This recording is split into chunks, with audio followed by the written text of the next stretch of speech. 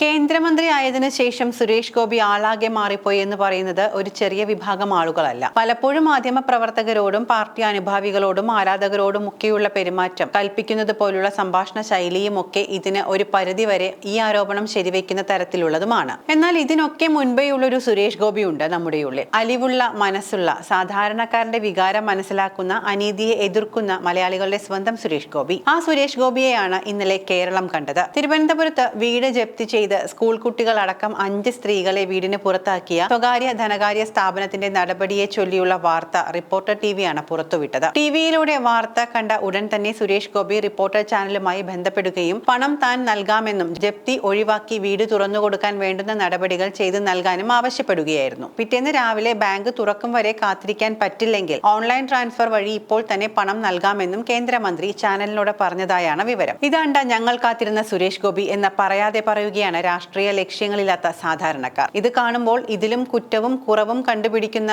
പഴി പറയുന്ന ധാരാളം പേരുണ്ടാകും. 10 പൈസ മുടക്കില്ല, ചെയ്യുന്നവരെ ചുമ്മാ ഇരുന്നങ്ങ് കുറ്റവും പറയും. അല്ല, ഇവരെ നന്നാക്കിയിട്ട് അല്ലെങ്കിൽ ഇവരുടെ വിഷം പുരട്ടിയ ആ നാവ് നടക്കിയിട്ട് നാട് നന്നാവും എന്ന് കരുതേണ്ടതില്ലല്ലോ. അവർക്ക് സന്തോഷം തരുന്നത് അതാണെങ്കിൽ ആയിക്കോട്ടെ, അവർ പറഞ്ഞോട്ടെ. വീണ്ടും വാർത്തയിലേക്ക് വന്നാൽ, റിപ്പോർട്ടർ വാർത്തയുടെ അടിസ്ഥാനത്തിൽ കേന്ദ്രമന്ത്രി സുരേഷ് ഗോപിയുടെ ഇടപെടലിനെ തുടർന്നാണ് ജപ്തി ഒഴിവാക്കിയത്.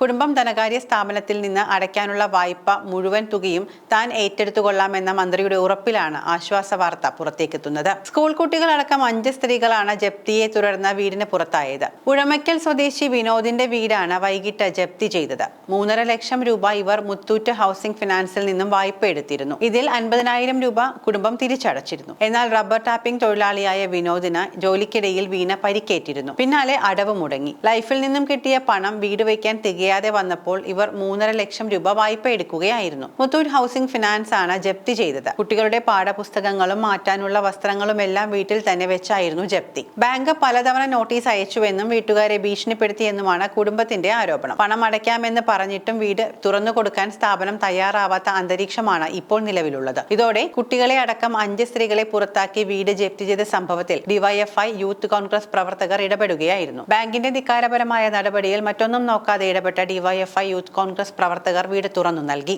വാർത്തയുടെ അടിസ്ഥാനത്തിൽ കേന്ദ്രമന്ത്രി സുരേഷ് ഗോപി വായ്പാ തുക മുഴുവൻ അടച്ചുകൊള്ളാമെന്ന് അറിയിച്ചിട്ടും മുത്തൂറ്റ് ഹൗസിംഗ് ഫിനാൻസ് ഉദ്യോഗസ്ഥർ പ്രതികരിച്ചിരുന്നില്ല. ചാനൽ ഉൾപ്പെടെ സ്ഥാപനത്തിന്റെ MD ഉൾപ്പെടുത്തി ഫോണിൽ ബന്ധപ്പെടാൻ ശ്രമിച്ചുവെങ്കിലും പ്രതികരിച്ചില്ല. പിന്നാലെയാണ് യുവജന സംഘടനാ പ്രവർത്തകരെത്തി വാതിൽ തുറന്നു നൽകിയത്.